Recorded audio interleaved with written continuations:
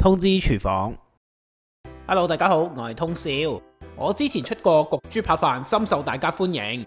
不過呢，步驟就比較多，唔係平時放工翻屋企就可以煮嚟食咁簡單嘅。但係今次我出呢一個新嘅版本，就將佢完全簡化啦，只需大概3到40分鐘就完全煮好。中意食焗豬扒飯嘅你就千祈唔好錯過啦。第一樣嘢我哋要節省嘅步驟，就係今次我哋唔會炒飯嘅，我哋直接用電飯煲加入我指定份量嘅調味料，去做出一個黃金有味飯出嚟嘅。我今次咧就煲1.5乜飯，就用翻1.5乜水，跟足電飯煲指示去做咧，就完全唔會失敗噶啦。一般嚟講，煮個飯都要40分鐘嘅時間。喺煲飯呢段期間，我哋就用呢啲時間嚟整個豬扒同個汁。下一步咧就係要處理啲豬扒啦。咁豬扒你揀有骨定冇骨都冇所謂嘅，做法都係一模一樣嘅。記得啲豬扒唔好買得太瘦，肉入邊好似畫面呢度咁樣，帶啲雪花嘅紋咧就比較好啦。好多人以為豬扒咧要揀越薄越好，我就偏偏相反嘅。我通常買啲豬扒都至少要有1cm 咁厚噶，煮完佢出嚟之後特別多汁好食嘅。將佢洗乾淨抹乾之後，記得喺脂肪層嗰度界幾刀，咁樣煎嘅時候咧佢就唔會曲起噶啦。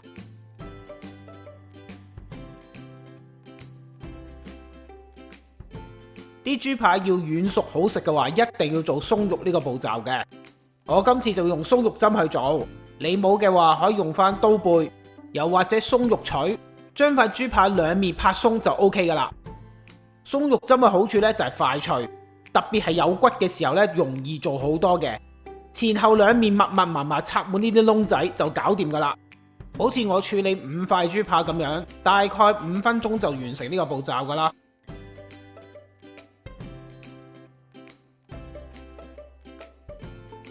跟住就喺豬扒嘅兩面撒上指定份量嘅調味料，再同啲豬扒好好咁撈勻佢。有冇發現個畫面突然間多咗好多塊豬扒呢？你哋冇睇錯噶，因為我通常咧會醃定多啲嘅，唔用嗰啲可以直接放落冰格嗰度儲存。下次要用嘅時候就放翻喺4度嘅雪櫃嗰度解凍，咁之後就完全唔需要再醃佢噶啦，可以話慳翻好多時間噶。如果你想塊豬扒特別好食嘅話，你可以學我咁樣加啲乳酪落去醃嘅。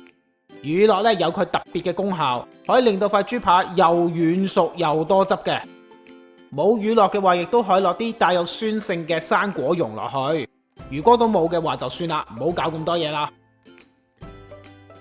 豬扒同調味料攪勻好晒之後，就將佢哋包好，放喺4度嘅雪櫃醃佢大概15分鐘。下一步咧就要調校我哋嘅港式番茄汁，要個汁超級快煮好，又要好味道嘅話，等我喺我百寶袋抄啲法寶出嚟先。罐頭番茄湯，呢啲喺超市買翻嚟嘅濃縮番茄湯，佢個味道已經調節好晒，只要再加多少少調味料落去調節一下，就可以極速做到一個港式嘅番茄汁出嚟噶啦。懶起上嚟唔想開鑊煮嘅話，可以將佢哋攪勻放喺微波爐入邊，煮2分鐘左右就搞掂噶啦，絕對係懶人嘅福音啊！喺個飯就嚟煮好5分鐘之前，我哋就可以開始去煎啲豬扒啦。但係唔好咁心急住，落鑊煎之前，我哋加啲粟粉落去，同啲豬扒撈勻佢。我額外會加多隻雞蛋落去，啲雞蛋可以令到豬扒食落去更加香口，而雞蛋再加埋粟粉就可以做出一個非常之好嘅保護膜，可以有效咁樣鎖住豬扒所有嘅肉汁。撈勻好晒之後，記得要檢查一下，我哋要確保每一塊豬扒都要有一層薄薄地嘅蛋漿包實。準備好晒就可以開鑊啦。我哋落大概1到2茶匙嘅油，用中大火燒熱隻鑊先。跟住就可以放啲豬扒落個鑊嗰度煎啦。我建議大概煎3到4塊豬扒就好，唔好一次過放得太多落去，否則就會將個油溫扯得太低，咁煎封呢個步驟就會做得非常之唔好啦。如果想啲豬扒煎好之後非常之多汁嫩滑嘅話，放咗落鑊之後唔好不斷反啲豬扒，又或者多手攞啲鑊鏟去撳扁佢。以我好似1cm 咁厚嘅豬扒，我哋由得佢每面煎大概2分零鐘左右，煎到佢大概有80%熟就可以拎起噶啦。千祈唔好煎到佢全熟啊！我哋要利用豬扒入邊嘅餘熱，將塊豬扒逼熟佢，咁樣先會嫩滑多汁好食噶。煎好嘅豬扒就放埋一邊等2至3分鐘先。如果你係唔會用微波爐去煮個汁嘅話，你可以用翻煎豬扒呢個鑊，唔需要洗佢噶吓，直接加啲汁落去煮滾佢就得噶啦。如果想食得好味啲嘅，可以學我咁樣，加啲蒜蓉落個鑊嗰度爆香佢先，再加啲洋蔥同埋番茄落去炒香佢，之後先加啲汁落去一齊煮，個汁食落去呢就會更加鮮甜好味嘅。唔想煩可以完全唔做呢個步驟，直接加啲汁落去煮滾佢就得噶啦。啲汁料用大火煮大概1分鐘，基本上就已經煮好噶啦，冇乜特別技巧要留意嘅。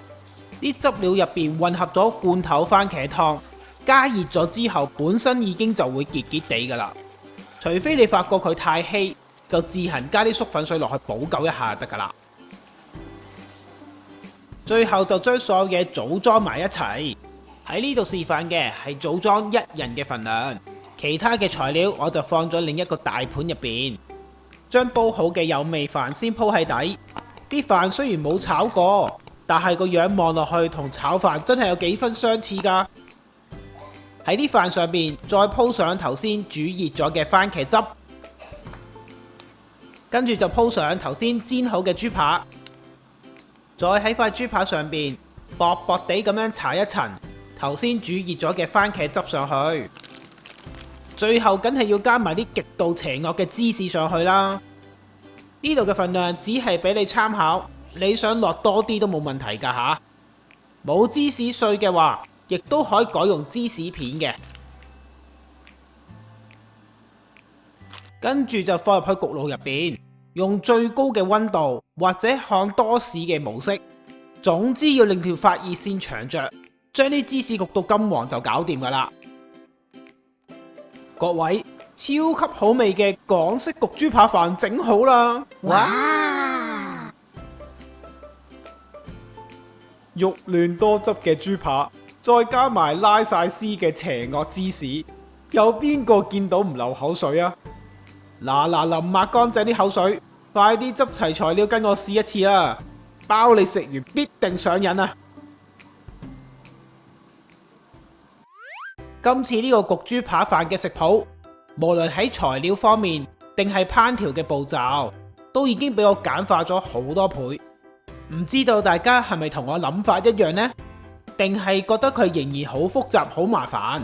大家不妨可以留言俾我話我知噶，我都好想聽到大家對呢個食譜嘅意見。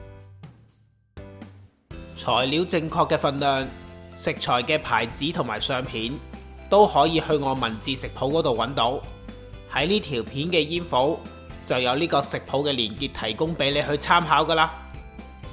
通知廚房嘅專屬網頁仲有更多免費嘅影片同食譜分享，大家千祈唔好錯過啦！中意呢條片嘅話，記得要俾 like 同埋 share 出去，仲要記得訂閱同埋撳埋隔離個鐘仔，咁我新片一出先可以通知到你噶。多謝大家收睇，下次再見，拜拜。